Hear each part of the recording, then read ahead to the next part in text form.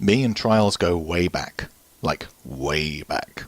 I've played every entry in the series to date, and while I've never been particularly good at these games, I've always had a lot of fun with them. So, when I saw Ubisoft taking applications for the Trials Rising closed beta, I jumped at the chance. 3 days later, I racked up about 10 hours and seen pretty much everything the beta has to offer, so I figured now is the time to talk about some of the things I liked, and some of the things I didn't like.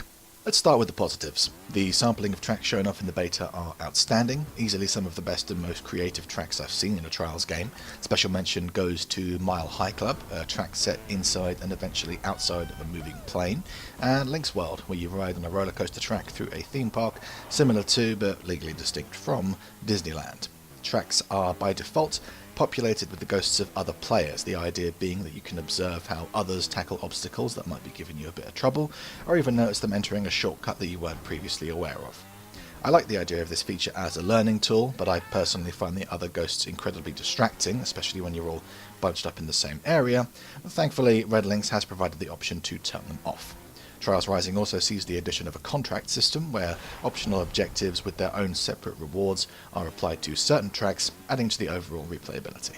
The online is solid, but hasn't brought anything particularly new to the table so far, and will feel very familiar to anyone that has played the online in any of the previous games. I personally really enjoyed the Monster Mash tournament mode, where only the top riders qualify for the next round.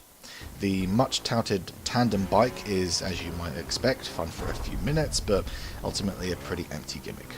The selection of music included in the beta fits very well with the overall tone of the game, and the menu music in particular is a favourite of mine. Overall, my experience with the beta has been very positive, and I will definitely be purchasing the game at release.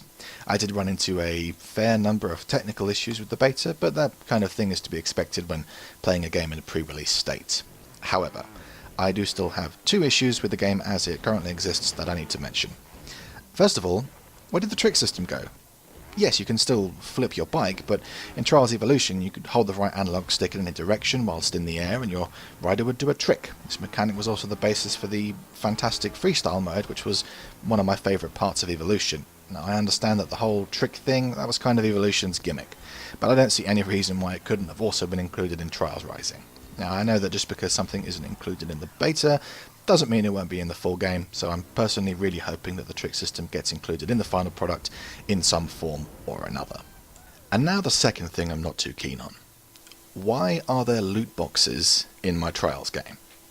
I'm not going to sit here and try and explain why I think loot boxes are bad. That topic has been covered much better than I ever could by Jim Sterling already. Go watch his videos on loot boxes. His opinions very much mirror mine. But it's just so sad.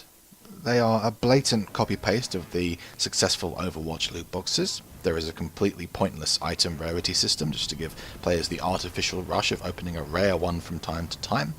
And there are even certain cosmetics that are only found in the loot boxes. And from the look of the menu screen, there's going to be 4 different types of them. Nothing screams quality in a video game to me like 4 different types of loot box. Stop it. Stop it.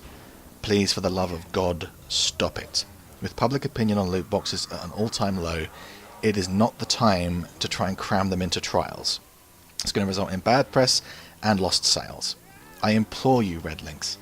I'm so excited to play your game, and I think you're building something great over there. But please don't let Trials Rising be the next Shadow of War. Unless, maybe this wasn't their decision. Maybe this is something that has been pushed on them by a publisher.